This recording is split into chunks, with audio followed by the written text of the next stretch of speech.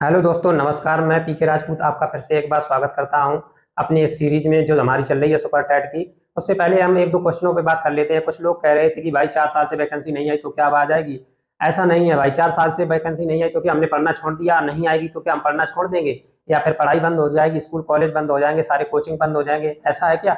नहीं, बिल्कुल भाई, वैकेंसी आएगी। 2024 में लोकसभा का चुनाव है, मार्च 2024 में लोकसभा का चुनाव है, उससे पहले वैकेंसी आनी तय है। ये अलग बात है कि वैकेंसी कितनी आई, कितने पद आए, लेकिन वैकेंसी आएगी और 100% आएगी। 2023 लास्ट में आएगी। कॉन्फिडेंस लेवल को हाई रखिए तभी, क्योंकि ये सिचुएशन ऐसी होती है जिससे निकलना बहुत मुश्किल हो जाता है। हमारी भी वैकेंसी कोर्ट में चली गई थी, जब कोर्ट कोर्ट करते करते करते लगभग 2 साल चल रहे थे। एक टाइम हमें भी ऐसा लगा था, यार बेकार है, सब छोड़ दे, दिल्ली कहीं निकल जाए, कंपनी में नौकरी करेंगे आराम से, इससे अच्छा तो। लेकिन हमने फिर भी अपने आप को स्टेबल बनाए रखा, वहीं पे धीरे धीरे पढ़ाई करता रहा, पुलिस की तैयारी की, एसआई की तैयारी की, पुलिस में सिलेक्शन भी मेरा हुआ। लेकिन तब तक हमारी वैकेंसी फाइनल हो गई और जॉब हमको मिल गई। इंतजार कीजिए भाई, सब्र का फल मीठा होता है मेरे भाई। लोग पूछते रहते हैं कि भाई गुणांक कैसे निकालते हैं, कैसे बनता है, गुणांक कितना होना चाहिए, कितने नंबर आने चाहिए। उनसे मेरी हाथ जोड़ के रिक्वेस्ट है मेरे भाइयों और मेरे बहनों, आपको मेरा पिछला एक वीडियो, उसमें सुपर टैट में कितने नंबर आने चाहिए, गुणांक कैसे बनता है, गुणांक कैसे निकाला जाता है, इसी पे है, उसे आप एक बार प्लीज देख लें जाके। उसके बाद आप कमेंट करें। आप यही वीडियो देखते हैं, गुणांक कैसे निकलता है, यही कमेंट करने लगते हैं।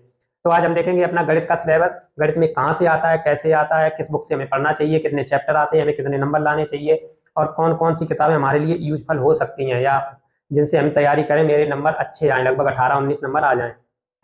इसमें गणित गणित का सिलेबस ये है जो मैंने बिल्कुल बाकायदा रखा है। और ये गणित आती है हमारी 20 नंबर की। गणित मात्र 20 नंबर की आती है और सिलेबस में सिर्फ ऑफिशियल जो सिलेबस है उसमें यहाँ से यहाँ तक दे रखा है। ये बाद बाकी मैंने अपनी तरफ से जोड़ा है, जो चैप्टर मैंने जोड़े हैं ये अपनी साइड से जोड़े हैं, क्योंकि जो मैंने पेपर दिया था और इससे पहले जो मैंने एनालाइज किया था, ये चैप्टर बहुत ज्यादा इंपॉर्टेंट है। यही चैप्टरों से कहीं ना कहीं, हालांकि आप ये जो सिलेबस दिया अगर इसको सही से समझ लें, जैसे अंकीय क्षमता दिया गया। अब अंकीय क्षमता आपको कहीं से किताब में, किसी किताब में ये चैप्टर नहीं मिलेगा।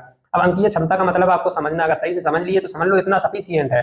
लेकिन ये मैंने इसलिए दिया है जो लोगों को नहीं समझ में आता संख्या, इस सिलेबस कैसा है, तो इसको आराम से आप देख के आपको ये चैप्टर आराम से किताब में मिल जाएंगे, आप इन्हीं की तैयारी कर लीजिए। आपके कम से कम 18 क्वेश्चन तो आराम से सही हो जाएंगे अगर आपने प्रॉपर वे में इनसे तैयारी कर ली। सबसे पहला इसमें आता है अंकीय क्षमता, फिर गणितीय संक्रियाएं, फिर उसके बाद दशमलव, स्थानीय मान। देख रहे हैं स्थानीय मान कितना सरल होता है, दशमलव बहुत सरल होता है, गणितीय संक्रियाएं यानी बोर्ड मास तरीके से मान लो वो बहुत सरल होती हैं। भिन्ने बहुत सरल भिन्न आती है। हमारे में तो एक भिन्न आई थी, उसमें छोटी बड़ी संख्या ही बतानी थी। ब्याज, लाभ हानि कोई कठिन नहीं है, ठीक है। प्रतिशत, विभाज, गुणनखंड, सब नॉर्मल चैप्टर है। आप लोग कहते हैं गणित बहुत कठिन होती, बहुत होगा, बहुत सरल गणित आती है मेरे भाई। इसमें आप एक बार तैयारी कीजिए, बहुत सरल गणित आती है।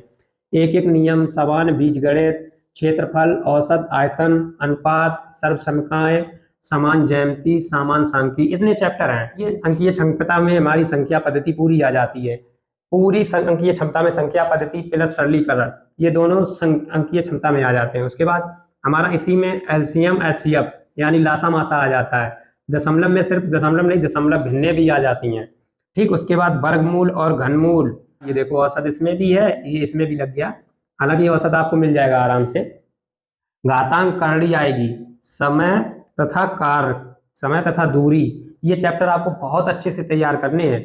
उसके बाद साधारण ब्याज, चक्रवृद्धि ब्याज, ठोस वस्तुओं का आयतन, दो चरों में रेखीय सर्वसंख्याएं, द्विघात समीकरण, त्रिकोणमिति, रेखाएं तथा कोण, त्रिभुज, चतुर्भुज, वृत्त, बहुभुज, इतने चैप्टर आपको बहुत। आपकी मैथ सही है तो कोई दिक्कत नहीं, आप यही चैप्टर लगा लीजिए, आपके कम से कम 18 क्वेश्चन तो आ ही जाएंगे सही। और अगर आपकी मैथ सही नहीं है, आप मतलब मानते हो मेरी बहुत कमजोर है, तो आप जो चैप्टर लगाना चाहें, जिसे शुरू करना चाहें, उसे पहले आप यूट्यूब पर देखिए, उसके बाद शुरू करिए और प्रॉपर वे में उसके जो कुछ सूत्र वगैरह लगते हैं अगर उसमें, तो वो लिखते चलिए याद करने के लिए, और आराम से लगाना शुरू कर दीजिए। धीरे धीरे धीरे धीरे आप देखेंगे आपकी गणित बहुत अच्छी हो जाएगी।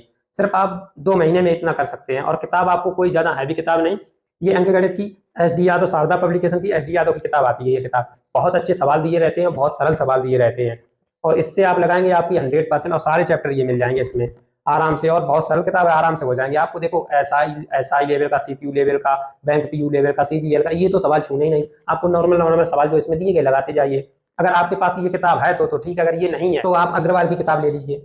अग्रवाल ये किताब ऐसी है कि इसमें भी ये सारे चैप्टर मिल जाएंगे। बस इसमें 2 एक्सरसाइज दी गई है चैप्टर की, ए और बी। आपको ए एक्सरसाइज लगानी है, बी बिल्कुल छूनी भी नहीं है। जो जो चैप्टर बताए सिर्फ ए एक्सरसाइज लगाओ, बी मत छुओ।